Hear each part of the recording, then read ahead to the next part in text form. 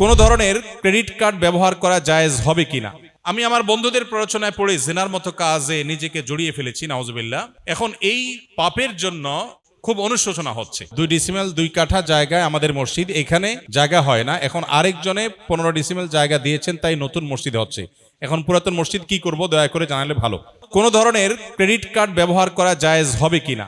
ব্যাংকের credit card ব্যবহার করে এয়ারপোর্টের ফ্যাসিলিটিস ভোগ করা ইসলামের দৃষ্টিকোণ থেকে ব্যাখ্যা করলে ভালো হয়।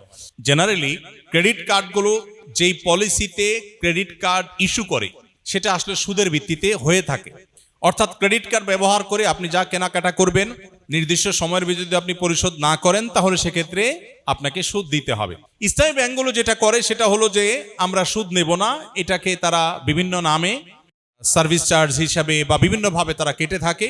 কিন্তু অনেকেই বলেন যে আমরা তো পলিসি এমনভাবে করা আছে যে আমার সেভিংস অ্যাকাউন্ট থেকে অটোমেটিক আমার কেনাকাটার টাকা কেটে নিবে, অতএব সুদ দেওয়ার অপশনই নেই। এরকম হলে তিনি তো সুদ থেকে বেঁচে আসেন, কিন্তু যে এগ্রিমেন্ট হয় সেখানে তো লেখা থাকে যে আমি যদি পরিশোধ না করি এবং নির্দিষ্ট টাইম পার হয় তাহলে আমাকে অতিরিক্ত পেমেন্ট করতে হবে। এটা আসলে সুদের চুক্তি, এই জন্য এটা আসলে জায়েজ হয় না। এখন যদি কোনো ব্যাংক এরকম শরিয়ার সব শর্তগুলোকে মেনে কার্ড ইস্যু করতে পারে, সুদের ধারে কাছেও না থাকে, তাহলে সেটা জায়েজ হতে পারে, কিন্তু এটা সুদূর পরাহত।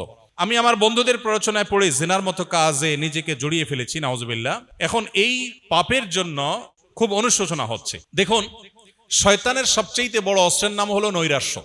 শয়তান মানুষকে আশাহত করে দিলে এটা হয় তার সবচেয়ে বড় সাকসেসের বিষয়। আর ইমানদারের কাজ হলো কোনোভাবে শয়তানকে সাকসেস হতে না দেওয়া। আল্লাহ বলেছেন লা তাকনাতু মির রাহমাতিল্লাহ, আল্লাহর রহমতের আশা কখনো তোমরা ছেড়ে দিবে না, কখনো নিরাশ হবে না। ইন্নাল্লাহা ইয়াগফিরুয যুনুবা জামিআ, আল্লাহ সকল গুনাহ মাফ করে দিবেন।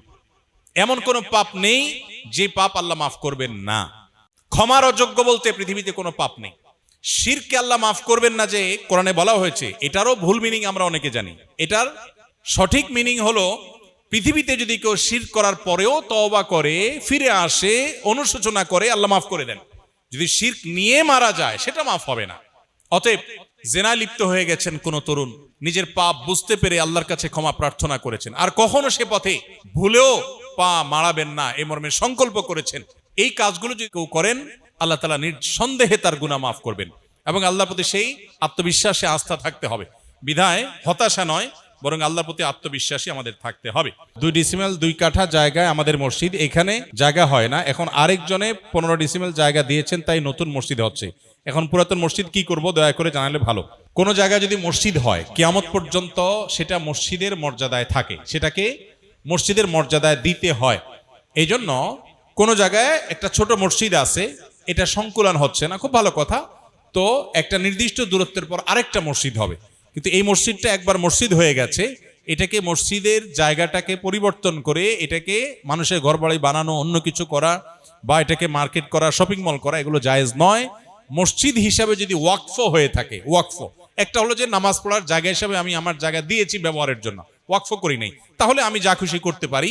কিন্তু যদি মসজিদ হিসাবে জমিদাতা দান করে দিয়ে থাকে, কিয়ামত পর্যন্ত সেটা মসজিদের মর্যাদা পেতে হবে।